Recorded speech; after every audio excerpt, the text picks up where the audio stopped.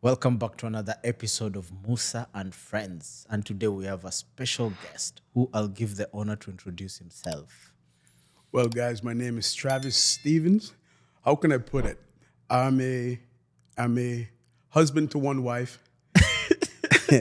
I have three wonderful kids, and I pride myself in being a family man. A family man. At this point of my life, I am in a place where I can truly say I'm getting to the place where I can look back and gather everything that I've been through in my life, and now I'm at the place where I can give back to either my kids, Yeah. my community, and walk into the purpose that I've been placed on this earth to do.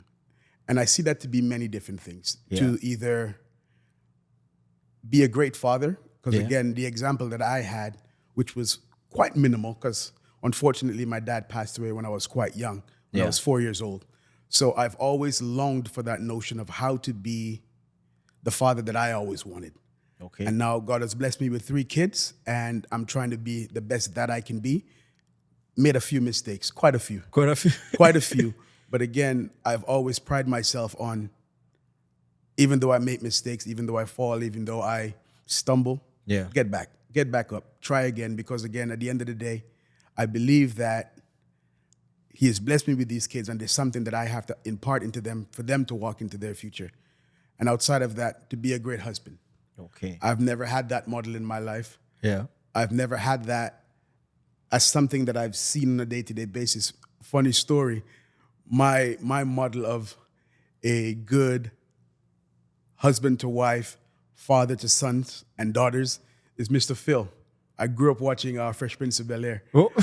And I think this is why I'm bald now and a No. little bit heavier set, because I think I patterned myself so much after Mr. Phil that Yeah. he was the standard that I wanted to portray, and I wanted to emulate, and I wanted to actually, put into this world, because I believe he represented excellence. Yeah. So when I was young, I said, when I grow up, this is what I want. I want to have a home where my family, extended family, they can come partake with me. They can come have family reunions. They can come, if I have family members still back in South America, I can bring them up. I can give them an opportunity for them to, have a different life. So Yeah. I've tried to pattern that and to build my life around similar things.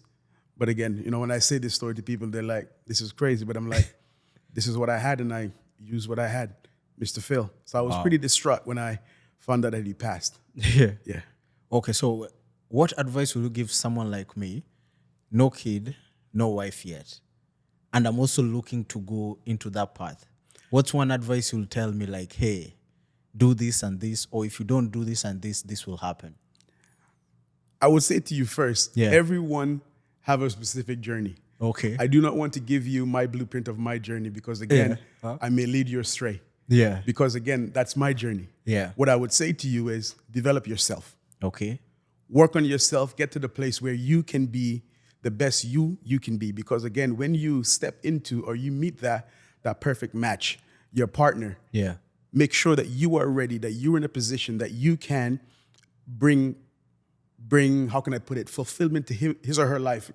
It's a new day that we live in nowadays. So that you can bring fulfillment to them. And as you step into, or you prolong that journey, Yeah. you can also bring an added aspect of intelligence, and added aspect of wisdom to your kid's life. So I would say work on you, because a lot of times as men, I say that we get into the situation, we get into a place where when we step into this familyhood, and I made this mistake, and I'm grateful that I can have this conversation with you. And you asked me that question, Yeah. how you can get to that place is, I would say, what I did was I wanted to make sure that everyone else around me was good, and I Yeah. forgot about myself. And by forgetting about myself, I think I did myself a disservice, and also the people that I'm providing and protecting a disservice, because again, self-development is also a great part of actually being the best person you can be for your family, as in your wife, your kids, and your extended family, to your workmates, all that kind of stuff. When you develop yourself, you can give them the best of you, Yeah. that they can actually pull from you, and they can also learn and grow also. Sometimes we tend to, as men, we tend to forget about our self-development, and we don't do what it takes for us. We put those dreams to the side, and we tend to say, okay, we're in a position where we are responsible for our wife, our kids, whatever, whatnot. we can put our stuff to the back burner. So I say develop yourself, Yeah. work on yourself, and I promise you in the long run, you'll be doing much more of a service to your loved ones, your immediate and extended. Yeah. So I should focus more on self-development. Yes. Wow. It may sound selfish, but again, I'm telling you, in the long run, because again, you will become the best you. Yeah. And in order for you to really and truly pour into somebody, you have to have something to pour into them. Yeah. And if all you're pouring is an aspect of what it is that you only gathered thus far, and you're not continuing to self-develop yourself, Yeah. after a while, your tank, your how can I put it, your extra will be poured out. Yeah. And if you don't continue to self-develop yourself, in a while, after a while, it's going to be to a place where it's going to be like, okay, he's giving me the same thing. He's not giving me anything new. Yeah. So continue to develop yourself. And in turn, the people around you, yourself, you guys will all grow together. Wow. I think in Africa, there's a saying that goes, you can't pour from an empty cup. Hey, Huh. Now I've come to understand that saying. I was like, what are you going to give to someone if, as I said, after a while, Yeah. as you pour, it's going to run dry. yeah. And if you don't continue to develop yourself, you're going to keep pouring the same thing. Yeah. I know we said that we're going to try to focus, but again, there's also a saying where you wouldn't pour new oil into an old vessel.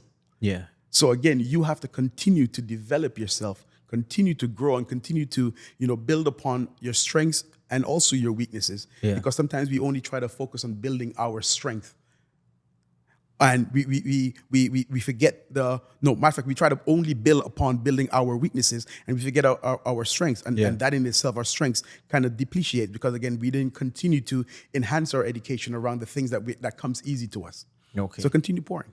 So even our strength, we should focus on putting more effort on it, course. developing it. Of course, because every day we learn. Yeah. I learn from you. I learn from everyone around me. I learn from my son. I learn all these different things. Yeah. If we don't continue, for me, learning is an experience and something that I pride myself on. I can learn from anyone, a baby that is crawling on the floor. Yeah. Just by observing his or her patterns or whatever, we can learn on any aspect. We can find ways in which we can learn. Yeah. Never cease to learn.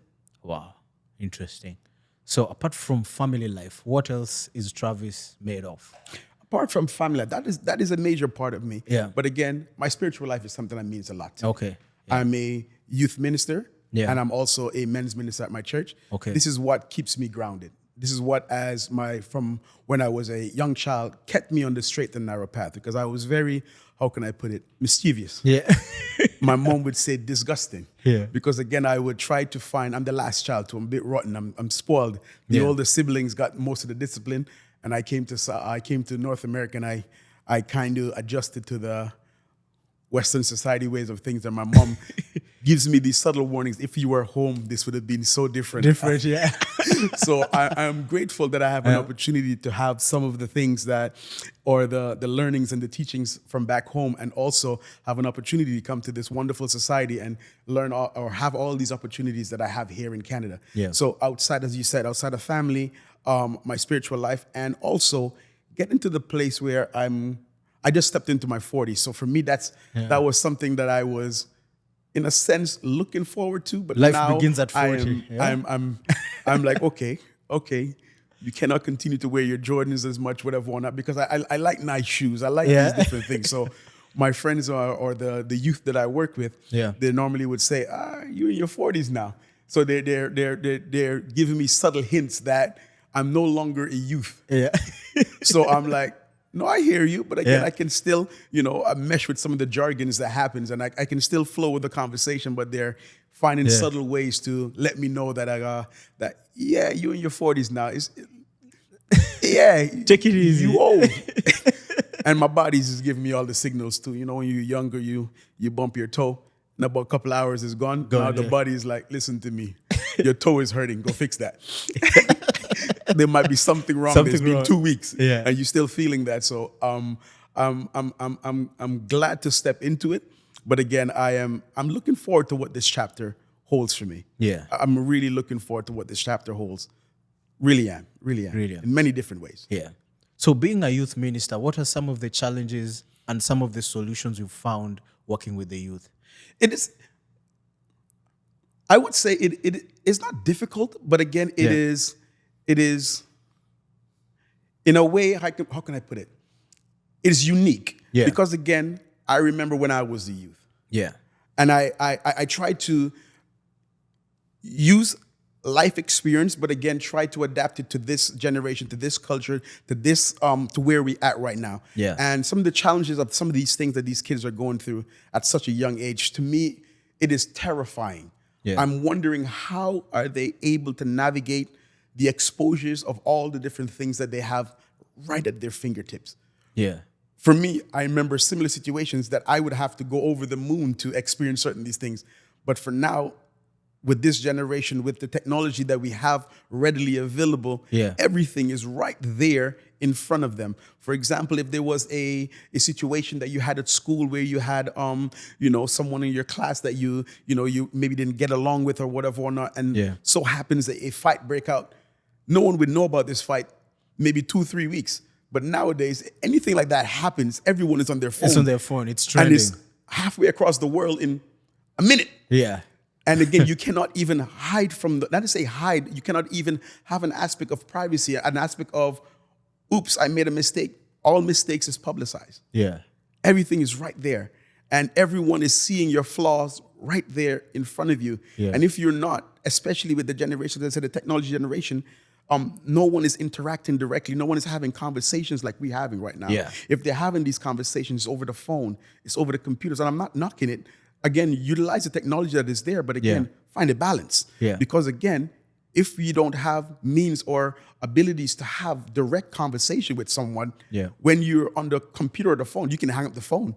You can jump offline, whatever or not. And if there's a situation, you can have your bravado and you can do all those things online. But again, the way we grew up is if we had an altercation, we had a conversation. Yeah, we try to talk we it talk out. it out, yeah. We try to have a way to have a dialogue. Yeah. But again, a lot of these kids don't have that. They don't have the opportunity to, have that direct one-on-one conversation. And most of the times they're timid to get into a direct conversation. Like, for example, some of the times I'm talking, I can tell that you are in a certain demographic or age range because I'm talking to you and you have a direct stare and you're looking at me when I'm talking. Yeah. And most of the kids that I'm talking to, when I'm talking to them, their head is down like this. Like the head is down. They have no aspect. They don't have that visual. They feel uncomfortable. Yeah. Having a direct conversation. Yes, it can be a bit weird sometimes. A person just staring you down for no reason. Yeah. But again, it's. But at some point, you should start having a way in which you can actually, let the person know that you're communicating with them. Yeah. And by looking at them is one of the ways. And I can see all these subtle differences with the generation. And again, as I said, I am grateful for them because again, they help me with a lot of things that I am not able to navigate as quickly as them. Yeah. But again, there's a lot of things that I can still pour into them or give them assistance with of how to navigate certain spaces and certain things. Yeah. But how would you say what's the biggest difference between the youth now and the youth then? Your youth and the youth now?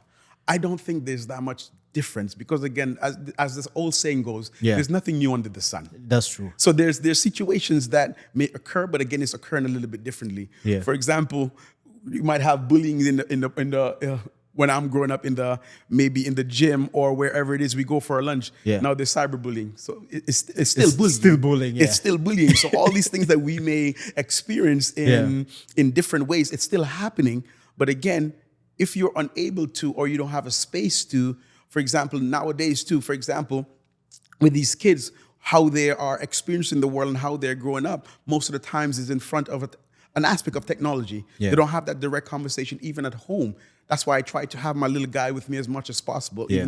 Even though I'm working, while we're driving down here, we could have had a bit of conversation and talk because again, because I'm seeing himself though. He's on the computers, he's on the phone, he's doing all these different things too. Yeah. But again, I'm trying to tell him most of the times I see him maybe there for an hour or so, hey man, go outside, kick a ball. Go outside, kicker. Okay, yeah. Yeah. Yeah. Let's go for a walk. Let's jump on our bike. Let's go right to Auntie's house. Let's go do some of these physical activities because after a while, it's going to get to a place where when that is not readily available and they don't have any of these social skills, it's going to be problematic. Yeah. So I'm not saying that, there's not new experiences. There are new ways of how these things or different ways that, I would say how I grew up and how the youth that I work with grow up. Yeah. But again, at this point of my life, it is not different, but they're experiencing it in a different way. Yeah. So I just have to find a way to actually show them that, you know what? I've experienced this, but again, here's how I navigate this space. So let's work or talk about how it is or what it is that you're going through or what is it you're dealing with, and find ways in which we can find different ways to cope and different ways to express what is happening. Because a lot of times what I'm finding is these youth, they're holding everything in. Yeah. And eventually like a soda pop, after a while, after being compressed, Poof, everything it's explodes. just gonna explode. Yeah. Yeah. So how do you handle such a situation whereby, let's say, because the youth these days, like especially men, we hold off some of the troubles. We just sit by ourselves and you know what? Cry as a man. Go sit in the corner, figure it out. How does a man come out of that phase? Or how do you help someone like that? I let them know a lot of the stigmas, a lot of the jargons that was placed upon them when they were younger. For example, Yeah. men should not cry. This is foolishness. I'm not saying you should be walking around, whimpering and doing all this kind of stuff, whatever or not. But again, if that's how you feel in that moment and that space, have it. But when it becomes excess, that's when you should seek some aspect of therapy or some aspect of help, whatever or not. Yeah. But again, the whole notion or the whole stigma to begin with that we say men should not cry, men should not exhibit emotions, whatever or not. Yeah. If we want to be serious about it, if we look in this space right now, there's 4 men, different age groups. Yeah. Myself, yourself, different ethnicity, different cultures, whatever or not. I will speak for myself. And Yeah. hopefully you could speak for yourself. 100%. I express many different emotions, but again, I may seek a private space to have it. But again, the notion is most men don't have emotions. They think that we are emotionless. Yeah. Because again, we were trained as we were growing up, whatever or not, men should not do this, men should not do this, all these different kind of stuff. But again, even as we grew up, even amongst our peers, Yeah. I remember I had a close-knit 5 group of friends. And, if ever you get to a place and something is happening and you express some aspect of emotions, they're like, yo, you're being emotional. Like it was a bad thing. Yeah. Like we're not supposed to. We're human beings too. We have feelings too. Right. And I was having a conversation with my wife and I was letting her know that, again, that whole notion or whole narrative that men don't have emotions, men don't express these things. For matter of fact, I think about 80% of the time, that's all the stuff that's going through my head. Yeah, that's 100%. Because again, we suppress it so much. Yeah. Because we don't have a safe space to actually let it out. And one of the things that I'm working on, I may be straying off a little bit. My next venture that I want to step into is working on men's mental health, working on finding out different ways I can work with young men, middle-aged men, transitioning young men to adults and adult men. Because again, at this point of our life, we've been spoon-fed all these little different things. And again, the proof out there is the people who are actually hurting themselves, committing suicide, all these different kind of stuff. Men, 3 times as much as anybody else. 3 times as much? As anybody else. More than youth, Yeah. more than females, more than teenagers. Men is the one that is killing them. Because we don't have a safe space to have conversations. Because we are told men don't cry. Yeah. Men don't this. So we hold it until we get to a place where we're like, we can't hold this no more. What am I going to do? Yeah. Just end it all. So that's not what I'm encouraging. I'm saying let's have a safe space where we can talk. Yeah. Either if it's peer-to-peer, man-to-man, or if we have a group setting where we can all have an experience or a place where we can talk. What if men come into a position whereby they feel like I'm going to get judged? I would say this to them. Yeah. If you do good, you're going to get judged. If you do bad, you're going to get judged. So you're going to get judged You're going to get anyways. judged irrespective of. Yeah. So what do you really want? Do you care more about the judgment that you may get, or do you care more about the healing that you can get? Yeah. Because again, good or bad, you're going to get judged. Yeah. Regardless of what. Either way, it's going to happen. So do you want to refrain yourself from actually getting a place or getting to a place where you can actually have a safe space to outlet all the things that you're dealing with and have a place where you can, speak amongst your peers, that you can speak amongst, even your family, or have someone there to mediate a situation or a conversation that you can be in a place where you can let out. Because a lot of times when we get into disputes or whatever or not, we are naturally not made to go back and forth in arguments. Yeah. We would tend to speak logically and speak to the fact of what it is that we are dealing with in that in that moment, in that space. But again, we want to get to a place where we can say, okay, here I am, even if you're with your family or you're with a peer or with a group of like-minded individuals, not only like-minded, but individuals who are maybe experiencing the same things that you're dealing with, and say, okay, I am free to express myself. And even if I'm wrong, I'm open to the correction. I'm open to the constructive criticism. I'm open to whatever it is, or however I can find conducive ways to get coping mechanisms to do what it is that I would actually need to do to get myself at a safe space where I can let these stuff out. Because after a while, as I said, if you don't voluntarily let it out, it's going to blow up. It's going to blow up. So find a safe space to get this stuff out, just to have a conversation. Yeah. Find some safe people that you can talk to and say, you know what, here I am.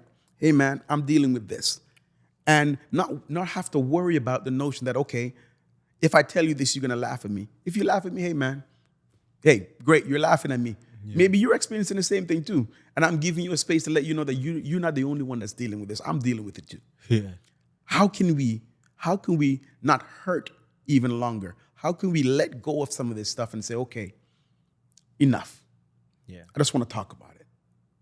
It's hard when I'm dealing with this, whatever, whatnot. I want to express this stuff. I'm dealing with this stuff right here. I'm dealing with all this kind of stuff, you know? Yeah. Have you dealt with this stuff? How can I get out of this? How can I navigate this space? Because as men, sometimes we are prideful. Very. We are very prideful and we be like, I don't need nobody's help. Yeah. We're driving somewhere, like, for example, myself driving from Orangeville, coming all the way down here. I don't need nobody else. I got my GPS. My GPS is telling me, you're going the wrong way. I'm like, I'm not going to ask nobody because, again, I'm a man. Yeah. I'm going to follow. It can be carrying me all the way on the lake. I'm going to follow it. But again, we don't have to stick to that narrative. We can say, okay, I can lean upon my brother. Yeah. I am my brother's keeper. I can lean upon someone, or I am who happens. It could be a young lady that can be helping us to navigate this space. I am my sister's keeper. I am my brother's keeper. I can find someone that I can be safe with. Yeah. To voluntarily let this stuff out and be in a place where I can feel, okay, tonight when I go to sleep, right before I go to bed, I don't have 500 things on my head. How much do you have on your head before you go to sleep? They're usually a lot. There's always thoughts moving around all over the place. All of us. There are a few 10, 15 minutes before you're off. There's just everything going around. Everything. Because this is a sign of us not having a safe space to let it out. Having a safe place to have these conversations. Yeah. And being in a position where we can say, okay, let me talk about this one. Let me see if we can find a solution to this. But if not a solution, a next level to it. Yeah. And then we can say, okay, maybe I've accomplished something. I've accomplished a small goal towards the bigger goal, towards the bigger picture. Yeah. But again, if we continue, just keep adding to the pool, it's going to be like a fish farm where the place that we're growing these fish, whatever or not, it's going to explode and overflow. And again, anything can liable to happen then. When you have too many things in one place, it can either combust or disease can easily be spread because, again, there's not a place for it to grow, for it to be safe, for it to spread out and, be in a position where you can actually, let some of these stuff out. And as life happens, because every day something new is going to come. Yeah. Every day something, you're going to be in a different position and all that kind of stuff.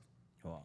So you've mentioned mental health and therapy. Yes. So how does a person know, like, okay, fine, instead of just speaking to the people around me, how do I know I've reached to a point whereby I need to consult a professional, a therapist? One of the major ways, for example, I'm not saying every time you're sad, yeah, you say, okay, I need to go talk to a therapist. It's just because, again, this is feelings. Yeah. And again, today you feel one way, tomorrow you feel another way. And for example, I just had a major loss in my family. My papa passed away. He was 91. God has blessed him with a long life. Yes. So it is natural for me, for the next couple of days, a week or so, I could be mourning that loss because this is my last grandparent, whatever or not. I have no more grandparents left. And, he's the one that sent for me to come to Canada. So again, me mourning that loss for about, a week or two, whatever or not, that is standard. That is normal. Yeah. But if 2 years passed and I'm still daily, I'm on the floor crying, I've lost weight. Yeah. I have not brushed my teeth. I have not stepped into the community. My life is in shambles, whatever or not. Yeah. At that point, and I'm not saying wait till 2 years, but I'm saying if that's the scenario, I would say when it gets to the place where your natural everyday life is being halted and hindered in all aspects. Like that mourning, that sadness has stretched on for about a month or two, where you cannot function at work. You cannot function in your family. You see that you're easily triggered with certain things. The kid could be eating at the table and a rice grain fall out of his mouth, and you just lose it on them and be like, and your wife is looking at you like, what's wrong? What's going on? He's a child.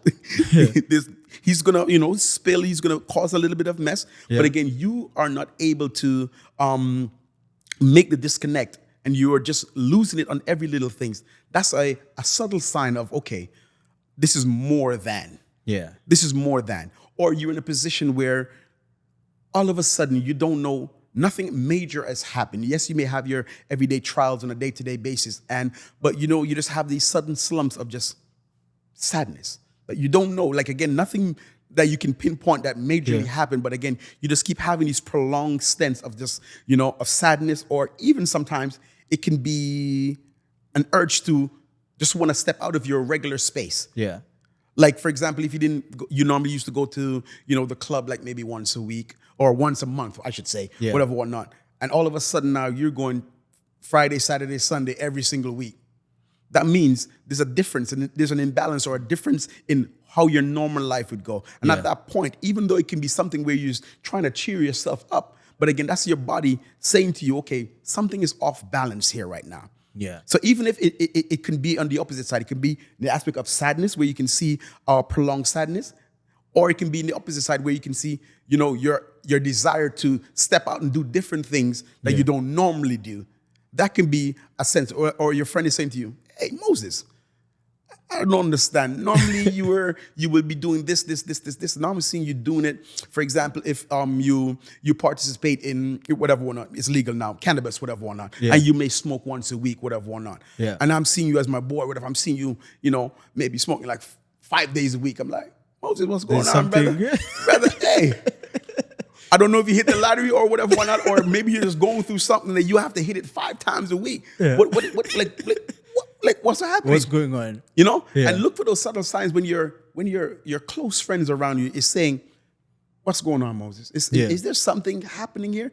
Because I'm not seeing you in your regular patterns right now. I'm seeing you moving a little bit different. Is something extra happening that you want to talk about? Because I'm here, I'm your brother. Yeah. We can talk about it. So again, listen to the people that knows you. Yeah. Because again, we have friends that is, acquaintance. They are, whatever. They're people that, we know them, they know us, whatever or not. We know why they're there, they know why we're here, whatever. And then they're friends. Yeah. They're people in your life that, that you take their word as yay, and they're here for me. They're your solid friends. They're my solid friends. Yeah. Those ones, when they're saying, Moses, you move a little bit different. Is there something wrong? Can if you want to talk about it, I'm here. Adhere to those little cues. Yeah. So what if you don't have that kind of friendship or family? So that's when you have to understand, have a good understanding of yourself. Yeah. Because after a while, as I said, you don't know. It's harder for you to decipher when things are changing as an individual to oneself. Yeah. For example, I came here, I was 140 pounds wet. I couldn't gain weight for nothing in the world. Through middle school, through high school, I could not gain weight. I can eat like a horse and nothing will happen. I got married at the age of 29. Then, I start working an overnight job. Yeah. And in this overnight job, majority of my work, I get it done in about 2 to 3 hours. And the rest of the night, You're just I'm either chilling, either watching the movie or watching the basketball or whatever or not. Yeah. Then 2 or 3 months, stepped on the scale, 155. I'm like, it's not bad. It's not that bad. Whatever. Another month, Yeah. 165. Ooh.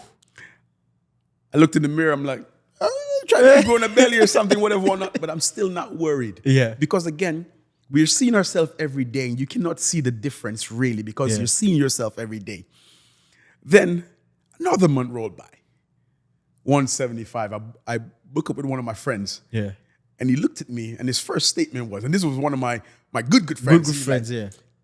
Travis, like, what's going on? I'm like, what do you mean? I'm like, life is good. Yeah. He's like, life is real good. Real good. And I can tell that there's an aspect of, some sarcasm in his speech. So I'm like, what are you talking about? He's like, you're getting, I'm like, oh my God. Because again, he was being real because again, at that point, we ran track in high school. We played a whole bunch of sport together. And, we You were pride free, ourselves. like. Yeah. And he's like, what's happening? And I'm like, nothing. He's like, something is happening, but maybe you can't see it, but something is happening. And he's there pointing to it. I'm like, then I went home and I went to my wife. I'm like, babe, how come you didn't tell me I was, She's like, babe, I love you regardless. I'm like, stop this. Like, listen to me. Stop this. I love you regardless. Listen to me. Listen to me. I know you signed the papers. I know, you're my wife and you signed all this stuff, but really and truly, like, you could have told me something that I was getting a bit soft. Yeah. And not soft as in whatever. When I'm like, I'm getting a bit pudgy. And she's like, it didn't really matter to me. I put on some weight too, but I'm like, but after a while, see, when you see yourself every single day and you go through these motions, whatever or not, it's harder for you to see the differences because you see yourself every day. Yeah. But again, when someone from the outside looking in come around and they give you that little warning, heed it. Yeah. Don't just push it to the side. Heed it. Heed that warning. Because again, they're looking at it from an outside lens. So they can see stuff that you might not be paying attention to. Yeah. Because again, growing up, haircut was always fresh. The beard was always trimmed, whatever or not. Yeah. And then, as life happens, as life goes on, whatever or not, we might not be at the same place in our life. I'm not looking for someone. I already have my wife and my kids, whatever or not. But again, still, there's subtle things that, that you should pay heed to and you should look into. Because again, as I said, if that friend didn't come and say, hey, what's up, what's going on, whatever or not, I would have continued on that trend. I swear to you, after you told me that, in about a month after I dropped that job. Because dropped again, it completely. I dropped it. Because again, first of all, I'm like, if I continue this pace, by the end of the year, I'm at 200. I'm like, You'll be something else. I'm 5'7". This is not possible. I cannot be walking around here at 200 pounds at 5'7". Yeah. So again, listen to every tidbit. Sometimes it might not feel like, it's that serious or whatever or not, but take heed. Yeah. Take heed. I see. Investigate, look through it, go around it. If there's any truth to it, and you feel uncomfortable in some aspect of whatever or not, make the necessary changes. But if nothing is to it, after you look into it, you be like, it's okay, I gained 10 pounds, whatever or not. I can change that by, going to the gym maybe once or twice a week. Yeah. Look into these things. Sometimes these little subtle changes is the things that, can actually make the little difference in your life. Yeah. See, growing up in Africa, we grew up like looking at mental health and stereotype and therapy as something like not our foolishness. Foolishness. Yeah. Say it, man. Say it. We're like, which kind of this stupidity? Why would I go sit with someone and tell them my business? Tell them my business, my problems. I'm a man, I have to the Simba mentality. But after growing up and seeing life, then I'm like, okay, now things are now making sense. You need to go and see someone.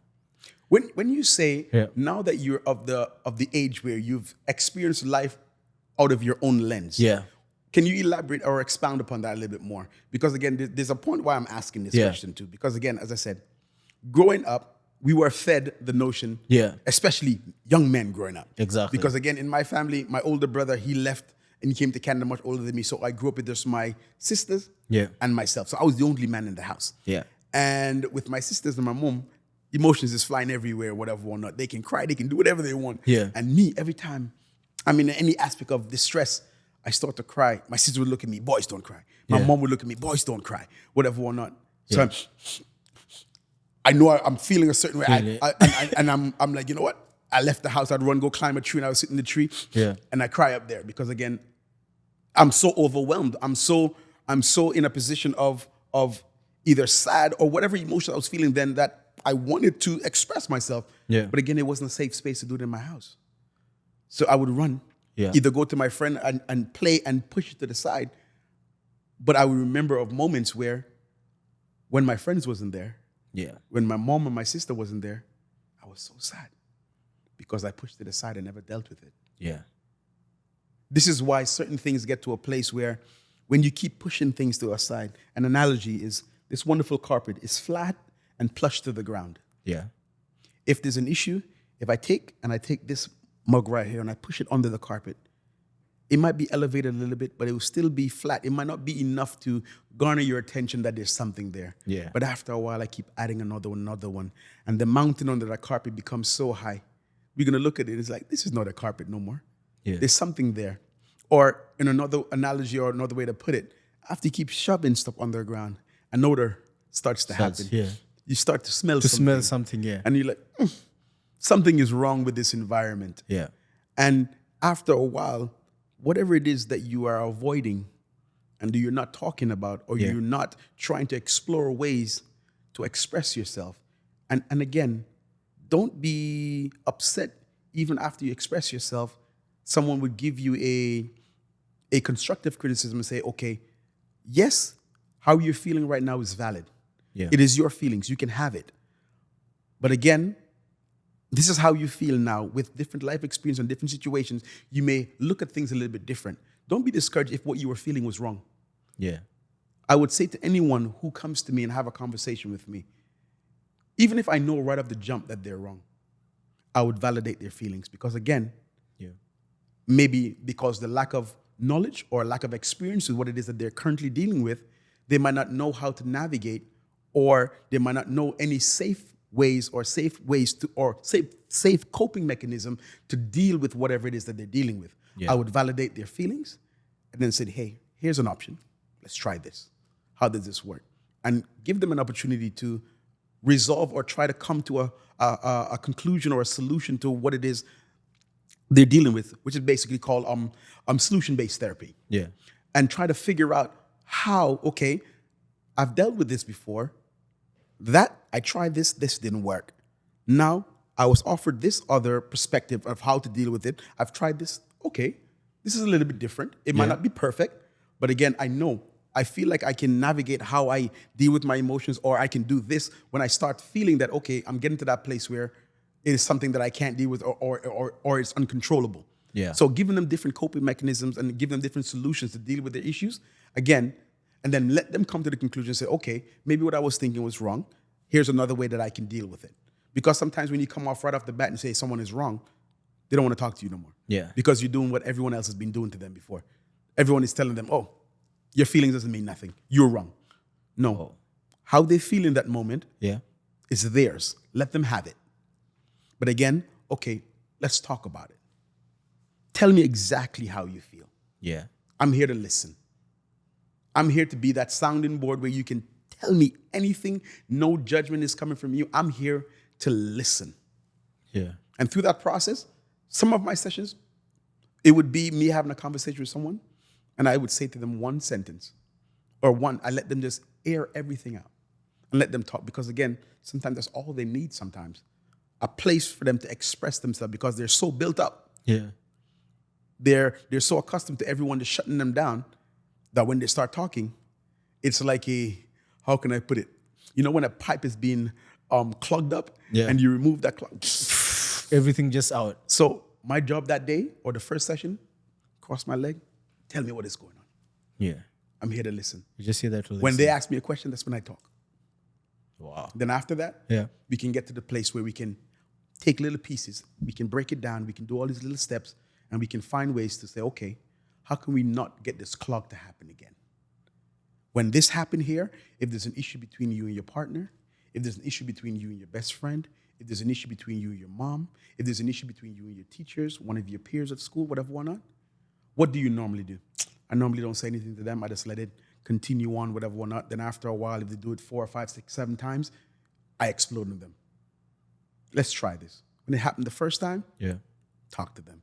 You know what, man? I didn't appreciate when you said that, whatever, whatnot. It was a bit, it felt like, you're being accusatory to me. You feel like you were attacking me. And again, I don't want to feel that way. Was that your intention? And sometimes that's all it takes. And they're like, oh, absolutely not. That's not it. I was just saying this because in the moment, this. And then you can breathe freely now because, again, you're not sitting there thinking that your good friend or your parent or someone, they're trying to do something to hurt you. No, you've asked them a question. You let them know how you felt in that moment. And they can say to you, no, those weren't my intentions. I was just trying to do this. I apologize if that made you feel a certain way. And you're free of that now. Yeah. You're not carrying it no more. But again, your regular steps was you hear what they say, you make a conclusion of what you think they meant, and that is not exactly what they meant, but because you didn't express how you felt in that moment, or you didn't have a conversation, say, hey man, is this what you meant? And they're like, oh no, absolutely not. That's not what I meant. I meant this. So you're free of that. Yeah. That's not another thing that you can add to your pool. That's something you can release because, trust me, the next hour or so, something else is going to come. So might as well, as it happens, have a conversation. But again, there's going to be moments where you can't do it right in that then space. But again, don't let it extend. So for example, I heard an analogy before where a gentleman said he went to one of his friends. She had I think it was a fashion show. Yeah. And she always wanted to become a fashion stylist, whatever, whatnot. And she met up with a friend. She's like, oh my God, I'm having my first show. Can you come out? It's gonna be here at this time, whatever, whatnot. Yeah. He came out. He said he went to the fashion show. It was horrendous. The show was terrible. All of her styles was horrendous. He's like, I would not wear that in my life, nowhere. I wouldn't wear it at home. I wouldn't wear it in the dark. Yeah. I wouldn't wear it nowhere in this world. But after the show, his friend was excited. She came to him, how was the show? How was the show? And he's like, you know what? I'm gonna let you have this moment. It is your time. Let us talk about it tomorrow. Yeah. Because again, if he told her right then and there, in that moment, in the height of her expressing all that different stuff, she might not be in the space or the capacity to deal with that at that present time. But the next day when she showed up and they were having a conversation, she's like, oh, thank you again for coming out to the show. Like really and truly, what do you think about it? And he's like, it was, I can see that you put in some hard work into this, but again, I think you might need to work a little bit harder. A little bit harder, because some of these stuff, but again, she appreciated that. Yeah. Because again, if he did that right then and there in the moment, who knows, maybe he's the first person she wanted to get his opinion. And if he just blew up her box right then and there, another person, who knows, maybe have a different fashion sense, may appreciate the stuff that she was doing. Yeah. She might not get those compliments that she can get from someone else to make her, feel a bit good or feel better. So she's getting a different perspective. But again, not saying that he's reserving his opinion of what is happening, but again, he's finding the appropriate time. Have you ever heard the terminology? Because again, I've been around a lot of my friends. They're like, this is who I am. I say how I feel. I say it right then and there. Yeah, I've heard that a lot of times. And my response to that most of the time is, how's that working for you? Not so good. Because again, when we cannot control or be an adult sometimes, and decipher the space that we're in, and make sure that, again, understand that, yes, there's some things that needs to be said immediately. Yeah. And there's some things that needs to be assessed. The situation needs to be assessed. The room needs to be assessed. And if you believe that the desired outcome would not be readily accepted in that space and in that time, reserve your, not to say lie, reserve your actual opinion. Because again, with that person, they didn't lie to them. They said, you know what, this is your space. We can talk about this right now, but again, what I want to tell you about this stuff, we need to sit down and talk about it. We never said that, oh, we didn't like it, or it was great. Yeah. I said, let's talk about it tomorrow. Because right now, in this space, I want you to celebrate, have this moment, be in this space. Enjoy the moment. Enjoy the moment. You finally got the chance to get your first fashion show. Yeah. Enjoy that. Because sometimes we're so quick to move on to the next challenge, we forget to enjoy the hard work that we put into the current thing, present, be in that space. Oh. Because there's one of the quote that I have on one of my posts that I have on, because I have a TikTok. It's called The Fog, F-O-G, Father of a Generation. Yeah. And one of the quotes is said, "You will never be happy if you're not able to be happy in the space that you are right now." So you'll never be happy. Like truly happy. Truly happy. If you're not happy in the space that you are right now. Yeah. Because again, because we always want to move on to the next thing. And by moving on to the next thing, we get to the place where we are constantly working. We're not appreciating the accomplishment on the goals that we have set on those little victories. Yeah. And the only time you have to actually appreciate those is when it happens. When it happens, at that moment. In that moment, take the time and say, I was looking for this beautiful mural so long. I finally got a chance to actually, put it up. It looks good. Let me take a few pictures on it and post it. Yeah. And then after you have your moment with it, okay, on to the next. I have another room that I want to decorate. I have another thing that I want to do. I have another thing that I want to accomplish. Yeah. Take time. Appreciate your accomplishments. Because the one thing we can't get back is time. Time. We can't get it back. When it passes, it's gone. It's gone. Yeah. So live in it. And this is another thing in this world that we're in. I'm seeing, or you're watching the Olympics. Yeah, I watch the Olympics. My country is leading in Africa. Hey, which one is this? Kenya. We have the highest medals. Of course, I watch your 1500 meter. What's her name?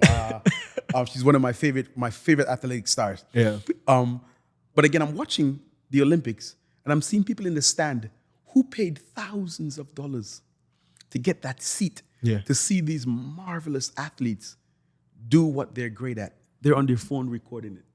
Every You moment. paid thousands of dollars for this seat to see it with your eyes.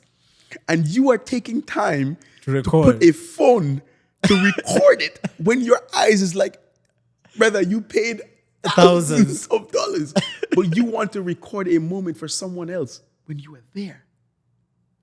It is you to be recorded. It there. is you to be recorded on telly watching these marvelous athletes Yeah. doing what they're doing. But we are so caught up in not being present in our moment. What is present to us is recording what is happening when you are there.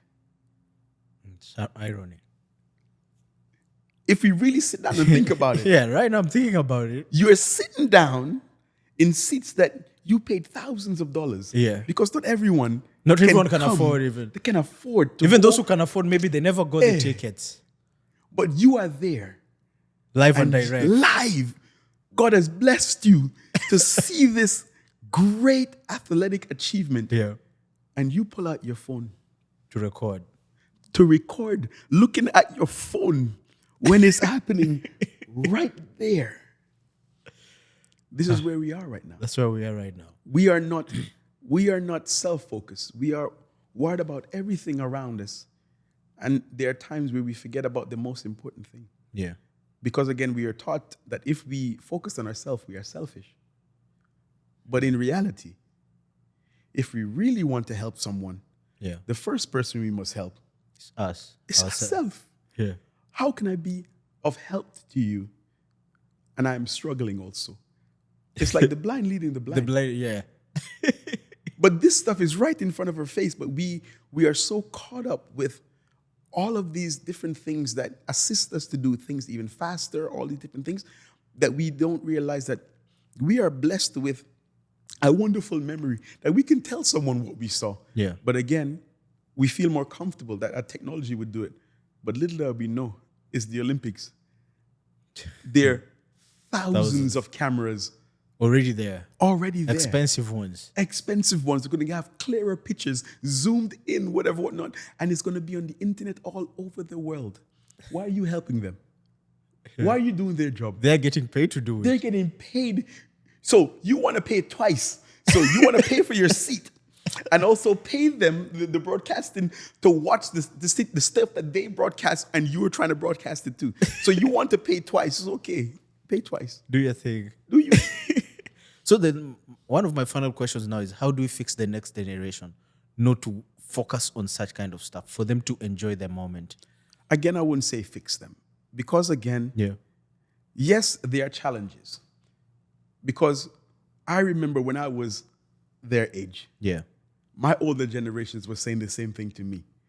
Like, oh my God, why are you doing this? Why are you doing this? Yeah. So I don't want to, and again, in a sense, not to say I had animosity, but I'm like, what is this old man saying to me? Like, what is he telling me this foolishness? He doesn't know my life. Yeah. So I'm assuming that they're saying the similar things. Yeah. So what I would say to them is that as we progress, there's inflations, there's different ways in which we learn things and different ways in which we go about things. Use the different new age technology to assist you. Do not be dependent upon it. Yeah. This new thing that we have now, we have AI. Beautiful technology. Yeah. Kids are using it to write their assignments. They're doing all these different things. But are they really learning? Or they're putting in a statement and the computer is generating everything and it's giving it to them. So are they doing themselves good or are they doing themselves a disservice? It is, I can see how AI can be really effective and really good. Yeah. But I can see how if you abuse it, it can take away basic life skills, cognitive thinking. It can take away the aspect of you taking the time and say, okay, let me understand this. Yeah. Than me saying, oh, I am tired. I went to school, I have to work, whatever or not. I put in a couple of questions and let it generate for me. Yeah. But are you learning anything? You didn't learn that skill. So you can use it in a way that can actually assist you or help you. Because again, every day, every year, every decade, whatever whatnot, Yeah. new things are going to come out. Use it to assist you. Do not use it to be something that you depend on for everyday life. For example, Do you know what cursive writing is? Yeah, I know cursive writing.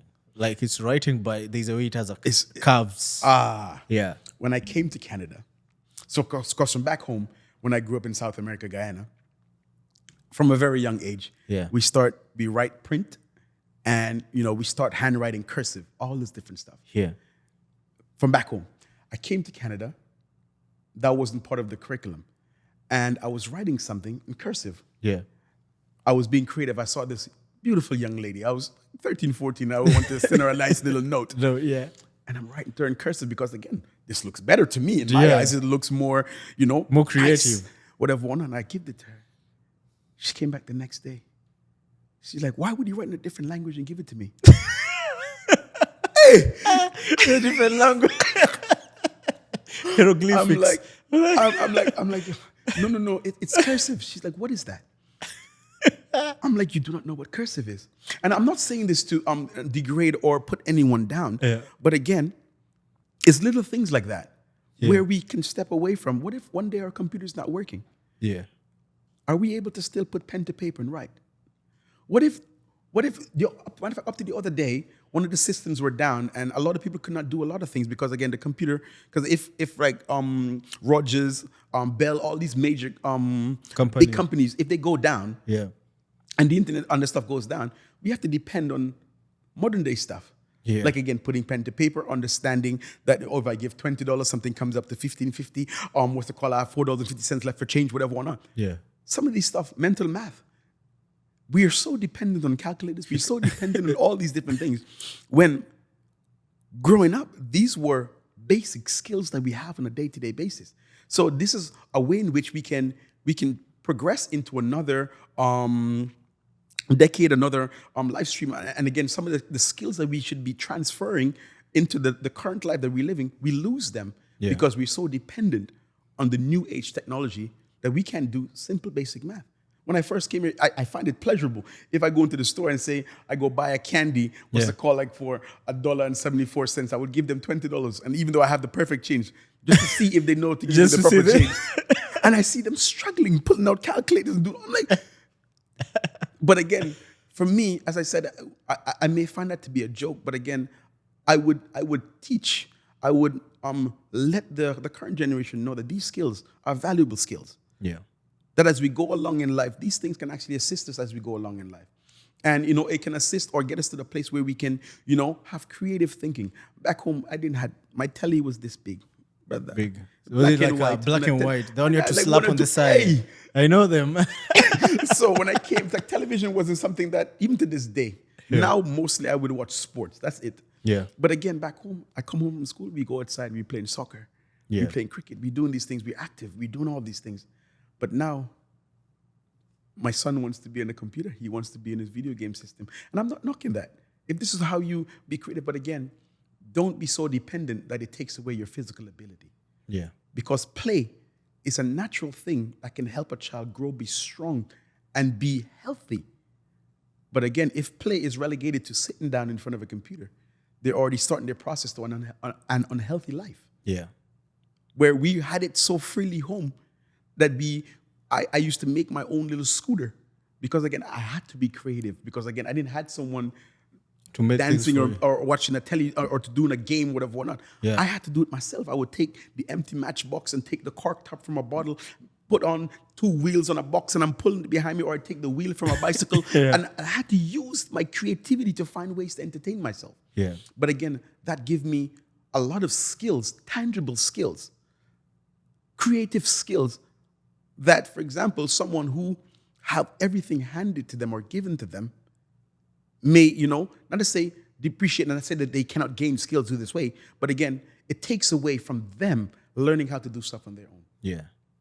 Wow, interesting. Yeah. For the youth right now, that's a challenge. Yeah. Because if you turn off GPS, most people won't know where they're going. It's Neither me. Unless it's someplace I've been 3 or 4 times. I'm a country boy at heart. I'm not a big city guy. I like to plant in my backyard. I like to go for walks on trails. I like to have these things. Yeah. This is not possible. It's possible in the city, but I like to see trees. Yeah. Just to see coming nature. down here. Yeah. I can smell the difference. If you believe what I'm saying. Yeah, swear to I you. believe what I you're swear to you. Because my kids, they grew up in suburbia, Caledon, Orangeville, whatever, not. Yeah. And when they came downtown, like, oh my God, it smells. I'm like, welcome to the city. Bon appetit. Enjoy. Enjoy. Because you guys have fresh air back home in the little, small town that we grew up in. Yeah. But again, as I'm saying, I'm not saying that there's no problems in these different places, whatever or not. But again, widen your base. Yeah. Explore different things. Sometimes if you're in the city and that's where you live and where you like whatever, sometimes take a nice little hour and a half drive. Come down to my spot. Walk around the lake. Walk around, see. Vice versa, even me, myself. Yeah. I come into the big city with my wife if we're having a date night or whatever or not. Yeah. We enjoy the scenery and we go back home. Expand our borders. Don't be so restrictive. Yeah. Explore different things. Meet new people. New experiences. Experience culture, different cultures. Enjoy it. Yeah. Because again, life is short. We didn't Live ask today. you, which country of South America are you from? I'm from Guyana. Oh, my brother-in-law is from Guyana. Good guys. From Babis. Hey. Yeah. I'm from Demawara. Demawara. So tell him I'm from Linden, so you would know this better. Linden. Yes, because Berbice is one of the major rivers in Guyana. Yeah. So the three major rivers is Demawara, Berbice, and Essequibo. Okay. So he's on the Berbice River. I'm on the Demawara River, Yeah. which separates Linden, which separates Linden as in Wisma and Mackenzie. So Okay. I was born in Wisma. I went to a private school because my parents worked for the government back home. So I had a decent life back home. Yeah. But one thing I want to see there is those are falls. Is it Madiwili? Eh? The falls. You guys have like Oh, Kaitro Falls. Kaitro Falls. Yes, Yeah, yes, Kaitro yes, yes, Falls. yes. Yeah. One of the world's beautiful wonder. Yeah. And the unfortunate thing was when I left, I didn't have the opportunity to go see it yet. You never saw it I've yet? never saw it. And You've I'm, never- I'm from Guyana. Hey, because they call Guyana the land of many waters. Yeah. So it's far from the city. It is, I would say I think it's closer to, it's still in the rural areas. Yeah. It's far from the major city because the capital of Guyana is Georgetown. Yeah. And where I was a country boy. Linden is still it's one of the bigger cities, but it's Yeah. still in the country. Okay. Yeah.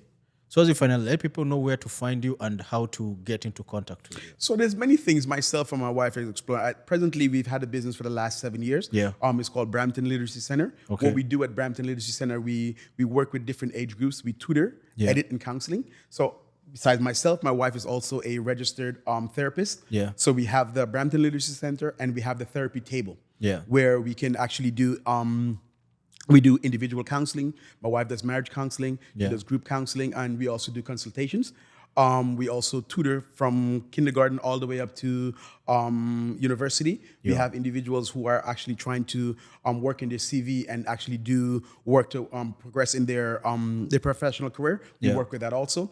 And myself personally, you can reach me on the Foggiest Crown on TikTok. Yeah. That's the only platform that I currently have right now.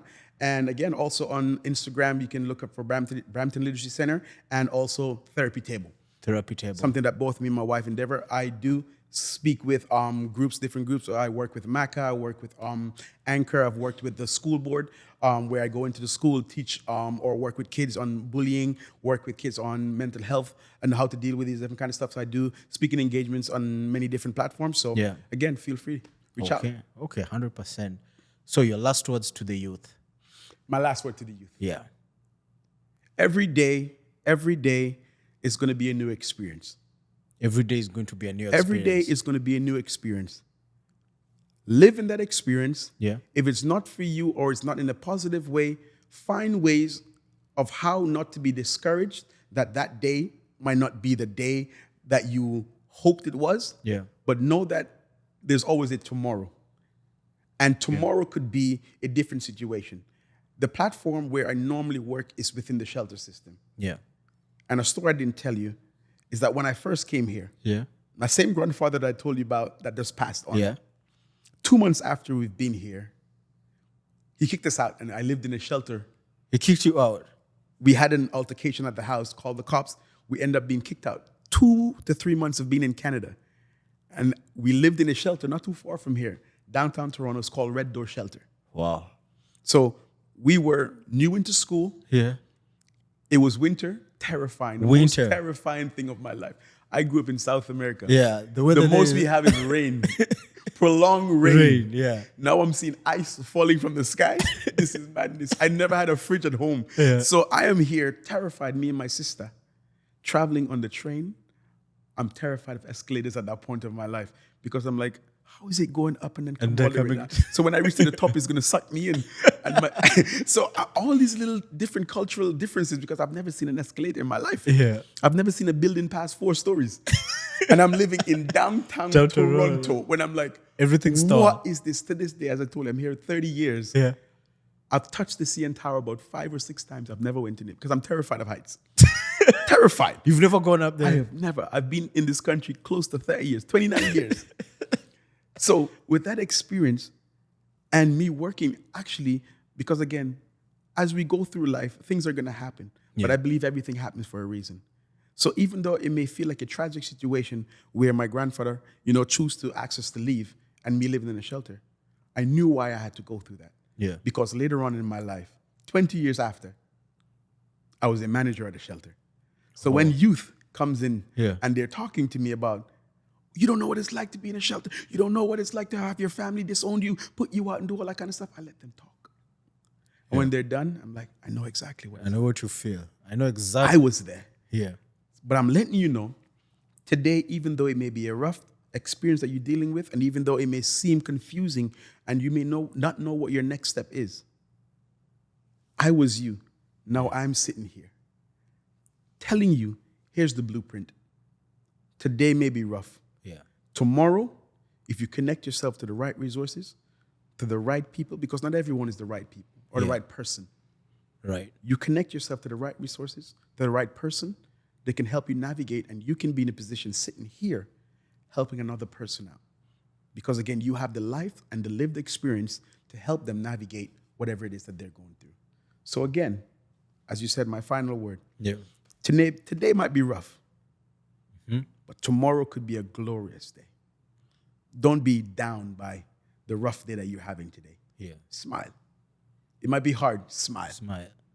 Tomorrow, could be the best day Best of day your of life. your life. That's it. Wow. Thank you so much. For My coming. pleasure. Thank you, Moses. Welcome. And that's it from Musa and Friends. We out.